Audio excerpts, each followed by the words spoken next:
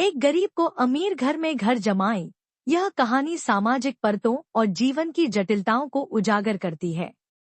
यह कहानी एक ऐसे गरीब लड़के की है जो एक अमीर घर की लड़की से शादी करता है और फिर उस घर के रहन-सहन और अपेक्षाओं में फंस जाता है। कहानी की शुरुआत होती है एक छोटे से गांव के एक गरीब लड़के रामू से। रामू के पास धन दौलत नहीं थी, लेकिन उसकी मेहनत और ईमानदारी के कारण गांव में सभी उसे सम्मान की नजर से देखते थे।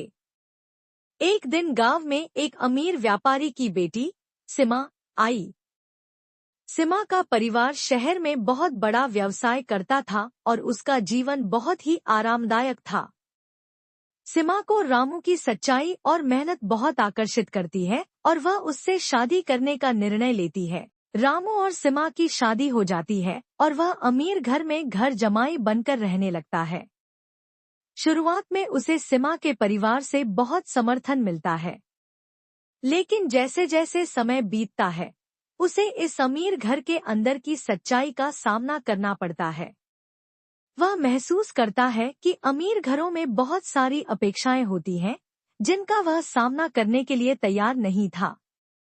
उसे हर समय अपनी स्थिति और सम्मान बनाए रखने का दबाव महसूस होने लगता है। रामू को यह एहसास होता है कि सीमा के परिवार की तरफ से उसे एक घर जमाई के रूप में देखा जाता है और उसके लिए वहां कोई सम्मान या स्वायत्तता नहीं है। परिवार के लोग उसे अपने नजरिए से ही देखते हैं और वह कभी भी पूरी तरह से उनका हिस्सा नहीं बन पाता। उसकी स्थिति एक तंग गलियारे में फंसने जैसी हो जाती है, जहां वह न तो अपनी अस्मिता को जी सकता है और न ही परिवार के अपेक्षाओं को पूरा कर सकता है। एक दिन रामू सीमा से अपनी असहजता और निराशा की बात करता है।